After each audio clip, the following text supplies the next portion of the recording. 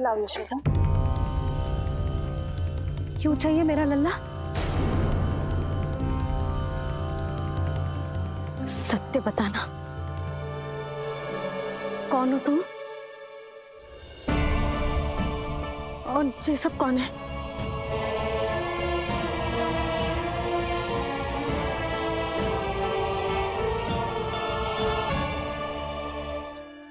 यशोदा, मैं रोहिणी जिज्जी और ये सब गोपियां तुम्हारी सखियां।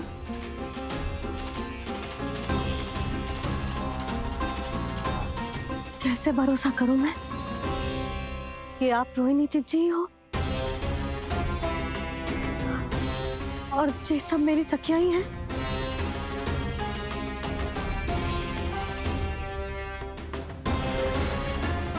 कैसे भरोसा करूं कि आप जो दिख रही हो सत्य में वो ही हो, कोई और ना हो?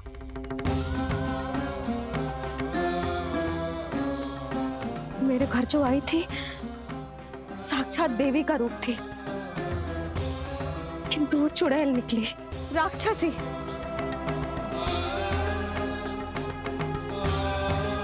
बस अब मुझे किसी पर भरोसा ना करना है।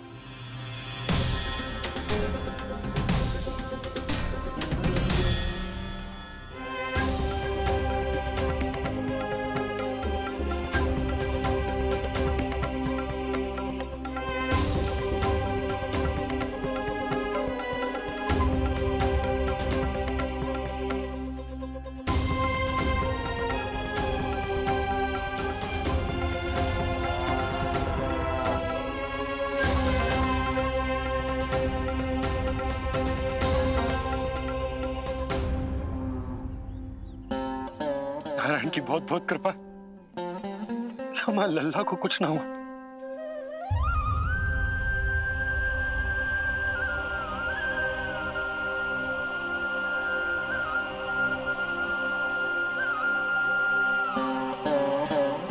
यशोदा, शुद्धि करना आवश्यक है, उसके लिए अपनों पर भरोसा करना ही पड़ेगा। आपको पता भी है यहाँ क्या हुआ है ना? इसीलिए आप तो मत ही बोलो कि मुझे किस पर भरोसा करना है और किस पर ना।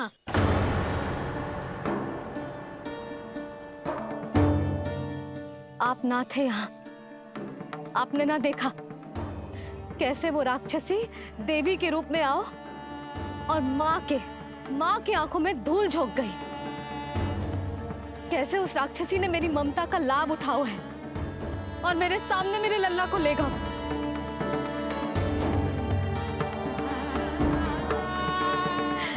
ये सब आपने ना देखा क्योंकि आप यहाँ थे ही ना।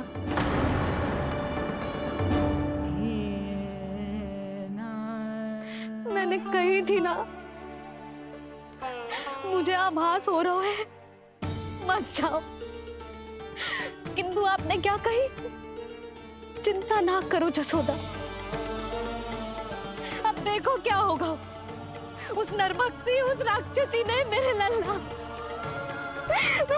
यशोदा, यशोदा, मेरे लल्ला। यशोदा।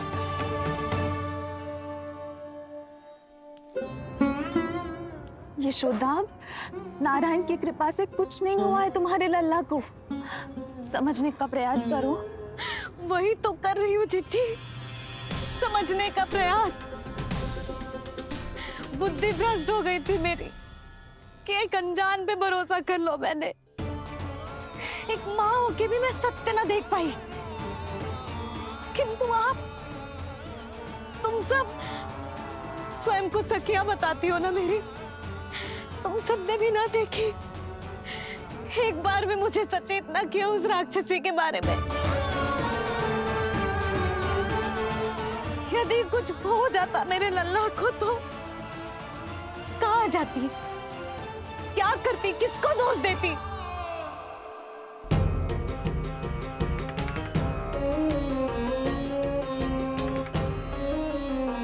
तुमने सत्य कहा यशोदा, ये हम सबका दोष है। हम सब से त्रुटि हुई और हमारे नीलमणि के प्राण संकट में पड़ गए।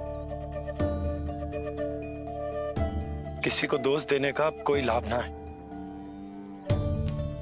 हमें अपनी त्रुटियों से सीखना होगा।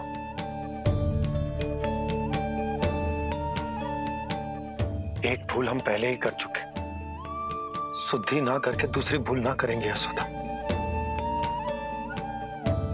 हाँ यशोदा, उस राक्षसी ने हमारे नीलमणि को विष पिलाने का प्रयास किया था।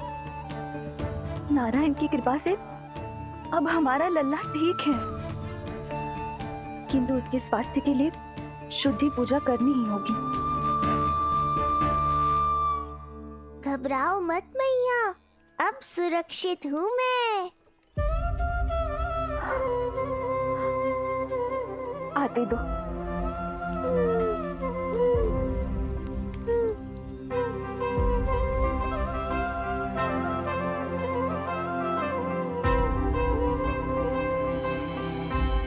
बहू के लिए इस घटना से उबरना आसान ना होगा।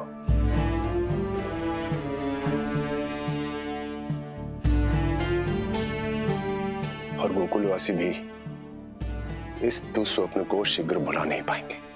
बहुत भयभीत है वो। सामान्य मनुष्य के लिए राक्षसों से रक्षा संभव न है, और प्रभु ने कर दी। अब साहस भी वही देंगे। चिंता मत करो बाबा, पूतना स्वयं सबका भय दूर करने में सहायता करेगी।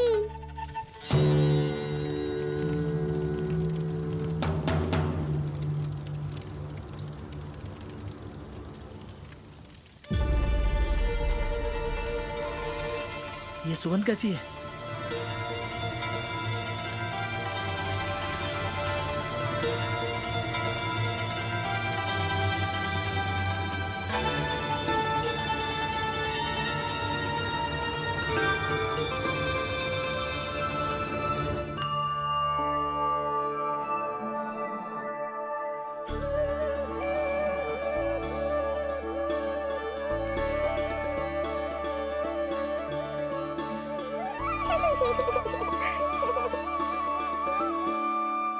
ये सुगंध कहां से आ रही है?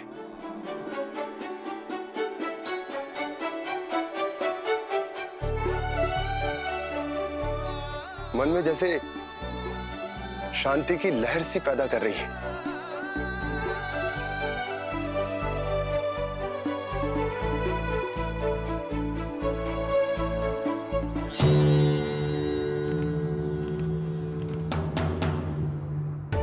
प्रमाण है जी, प्रमाण है कि श्री हरि नारायण ने ही हमें संकट से बचाए हो। उनसे परम गति पाकर ही कोई इतना पवित्र हो सकता है कि उसकी चिता से भी सुगंध आए।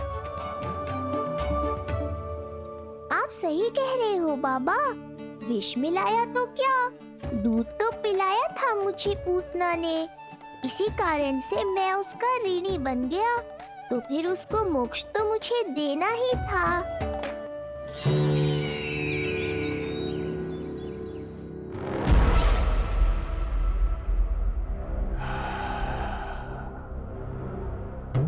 ये कोई साधारण सुगंध नहीं,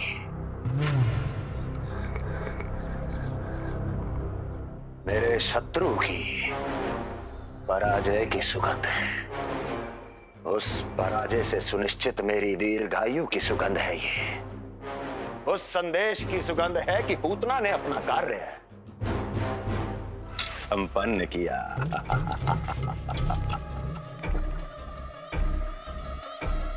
उस विष्णु पर मेरी विजय की सुगंध है ये।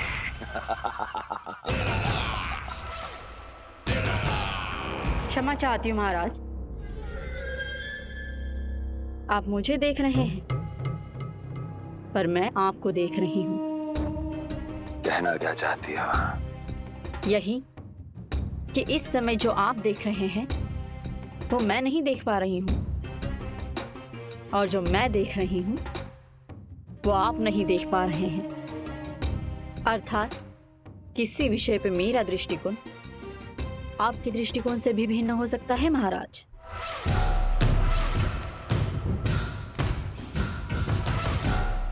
तीलियां बुझाना बंद करो, सीधा सीधा कहो, क्या चल रहा है तुम्हारे मन में?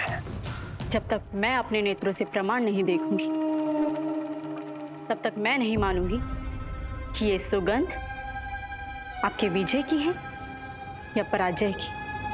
प्रमाण? प्रमाण के लिए तुम्हें अधिक प्रतीक्षा नहीं करनी पड़ेगी अस्ति।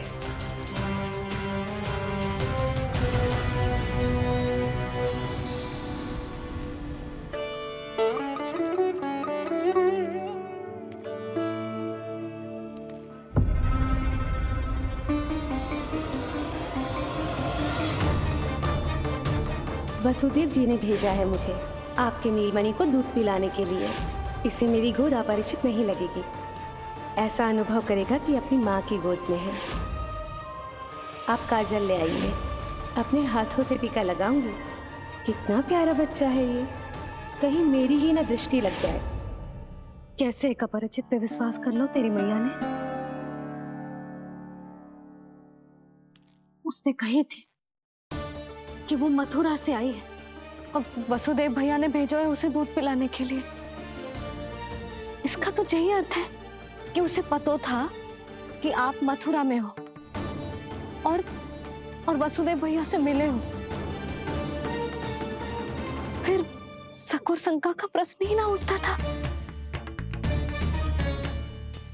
नन्हे बालकों को खाने वाली वो राक्षसी कहीं मेरे लल्ला को कुछ। यशोदा, इसमें तुम्हारा दोष ना था। तो फिर किसका था? पूरे गोकुल में उसने हमारा ही भवन क्यों चुना? और बल से ना बहाना बना के वसुदेव भैया ने भेजो है कि मैं उसका विश्वास कर लूं। मेरे ही लल्ला को निशाना क्यों बनाया उसने?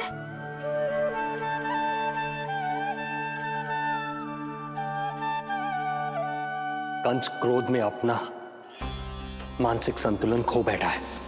पूतना नाम की अत्यंत भयानक राक्षसी को उन सभी बालकों की हत्या करने का आदेश दिया है जिनका जन्म पिछले 10 दिनों में हुआ है। बोलिए, मेरे लल्ला ने क्या बिगाड़ो था उसका? हाँ, क्या शत्रुता थी उसकी मेरे लल्ला से? वसुदेव भैया और देव की भाभी ने जो कही थी वो मुझे यशोदा को बताना चाहिए कि ना?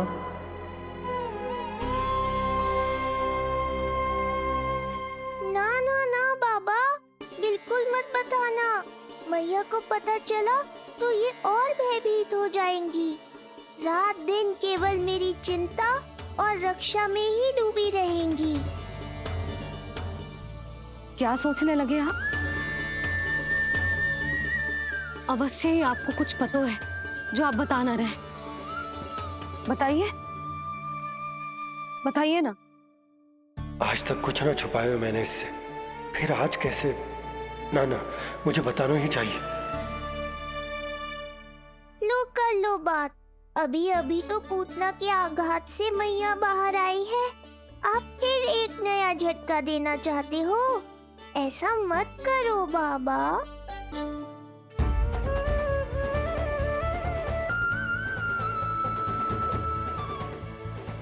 आज जब मैं कंस से मिलो तो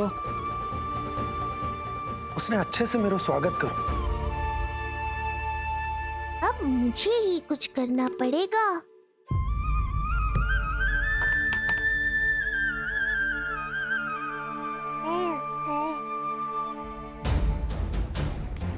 अच्छे से स्वागत कियो, मिठाई भी खाई, सब ठीक तो, पर यहाँ कुछ ठीक नहीं था। अब बस किसी तरह आप विषय बदल दो ताऊ जी। गोकुल के बारे में मेरे मन में कुछ विचार आ रहे हैं। मैं तुमसे उस विषय में चर्चा करना चाहता हूँ। सुनिए, आप लोग वार्तालाप करो। लल्ला को भूख लगी आई होगी। हाँ,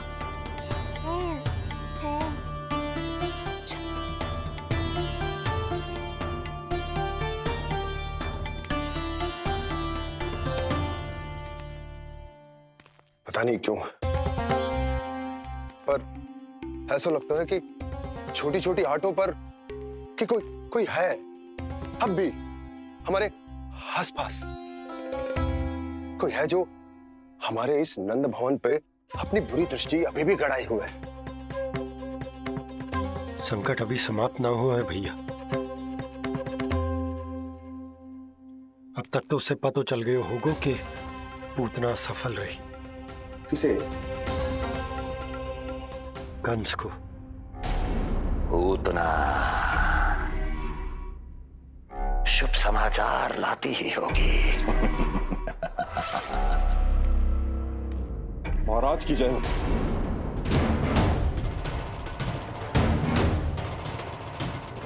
देखा, समय भी कंस को प्रतीक्षा करवाने का दुस्साहस नहीं करता। भीतर ले आओ उसे। किसे महाराज? और किसे दुर्जन? पूतना को।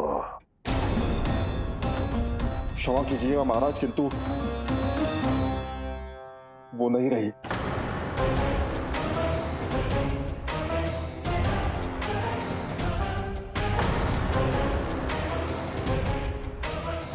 क्या क्या कहा तुमने? पूतना मृत्यु को प्राप्त हो चुकी है। पूतना मृत्यु को प्राप्त हो चुकी है।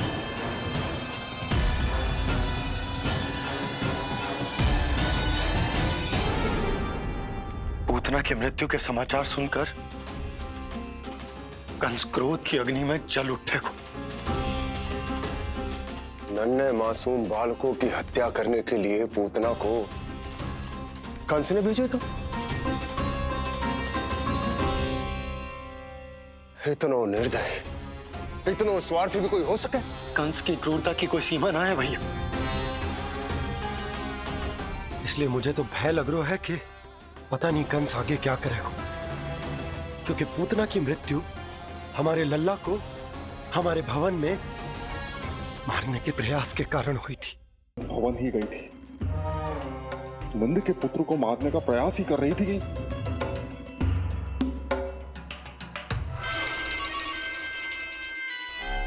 मुझे पुत्र हुआ। कब हुआ तुम्हारे पुत्र का जन्म? बस 7 दिन का हो गया महाराज हमारा लल्ला।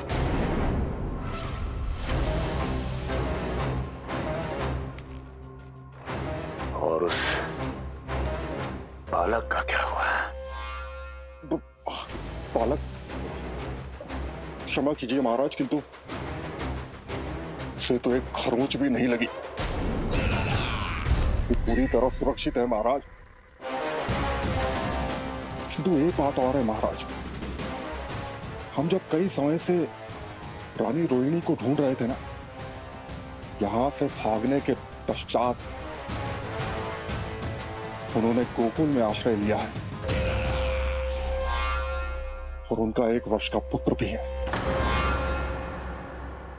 पूतना मारी गई नंद के यहाँ। रोहिणी कहाँ है? नंद के यहाँ। नंद का रहस्य तो गहराता ही जा रहा है महाराज। नंद का रहस्य तो गहराता ही जा रहा है महाराज। नंद का रहस्य तो गहराता ही जा रहा है महाराज।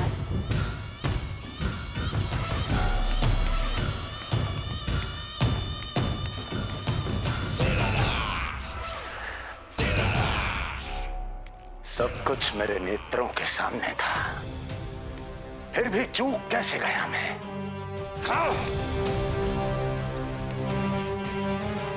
पहले ही समझ जाना चाहिए था। यदि वसुदेव किसी पर स्वयं से अधिक विश्वास कर सकता है तो वो नंद ही है। तो क्या वसुदेव और देवकी ने नंद के साथ मिलकर आपके विरुद्ध कोई षड्यंत्र किया है? कहीं ऐसा तो नहीं कि उस बंदी गृह में कुछ ऐसा हुआ हो जो आपकी जानकारी के बाहर हो महाराज। मुझे तो लगता है महाराज कि आपकी बहन और आपके बहनोई दोनों ही आपके शत्रु विष्णु के साथ मिले हुए हैं। प्रारंभ से ही मुझे मूर्ख बनाया दोनों ने। मैंने तो उन्हें जीवन दान दिया। और क्या किया उन्होंने मेरे साथ? धोखा।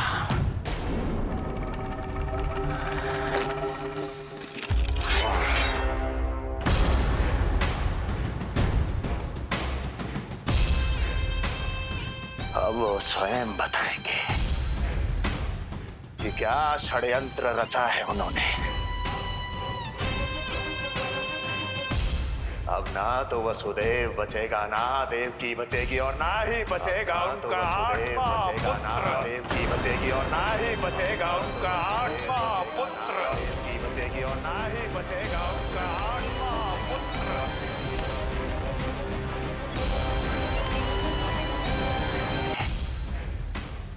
कि क्या षड्यंत्र रचा है उन्होंने।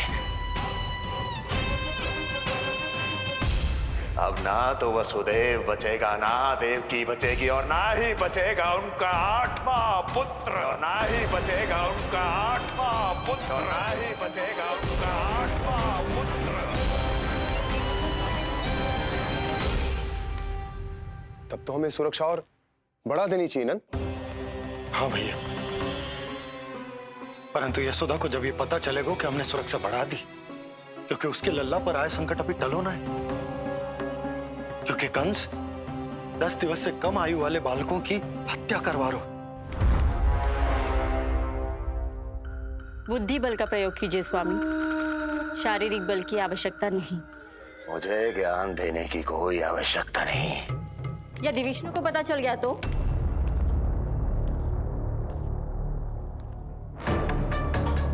यदि आपने अपनी बहन और बहनों को बता दिया कि आपको उनके षड्यंत्र के बारे में पता चल गया है, तो ये सूचना विष्णु तक भी पहुंच जाएगी और वो सावधान हो जाएगा।